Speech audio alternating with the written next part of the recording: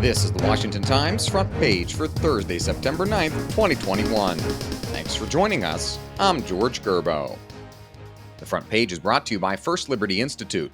Help First Liberty take a stand against court packing at supremecoup.com. A September slowdown in the economy, concerns about inflation, and a persistent labor shortage have stalled employers' plans to reopen workplaces and expand operations. Dave Boyer reports the uncertainty is reflected in several economic reports.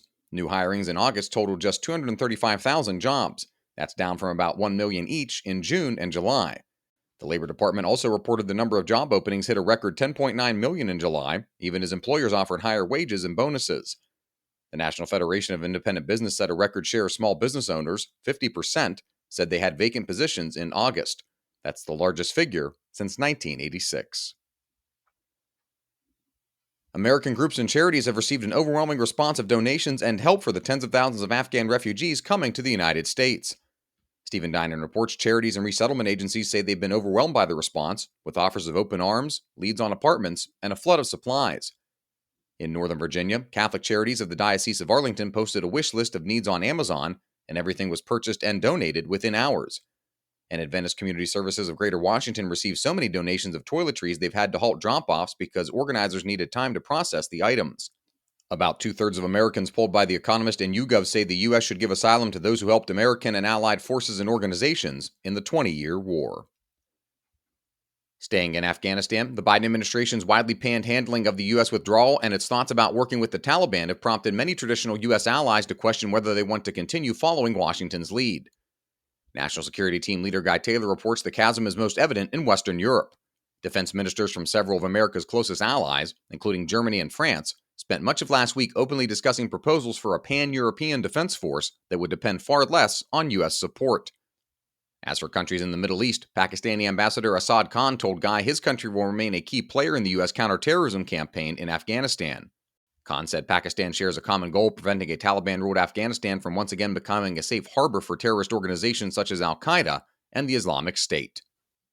The front page is brought to you by First Liberty Institute. This national nonprofit law firm is taking a stand against democratic dreams of court packing. They've written a letter telling President Biden's Supreme Court Commission to reject this brazen scheme. And now, prominent leaders, plus more than 100,000 Americans like you, have joined their coalition. Franklin Graham, former Attorney General Ed Meese, Dr. James Dobson, plus organizations like the American Policy Association, Concerned Women for America, and the Heritage Foundation are all on board. Now, it's up to you. Sign your name with these leaders by September 15th at supremecoup.com. That's supremecoup.com. First Liberty Institute. May God bless America.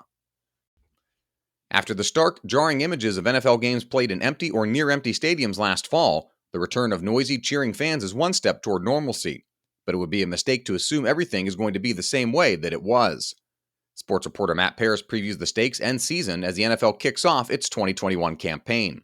There are jarring reminders that the league, like the rest of the country, isn't out of the clear just yet with the pandemic. League officials and teams are still trying to contain the contagious Delta variant, which has already sidelined some players and coaches in order to minimize schedule disruptions this fall. Despite an encouraging 93% vaccination rate among NFL players, there are notable holdouts who have refused to get COVID-19 vaccines. And finally, cybersecurity researchers have discovered a pro-China digital influence campaign that stoked Asian American anger over reports of racial injustice and tried to blame the United States for COVID-19.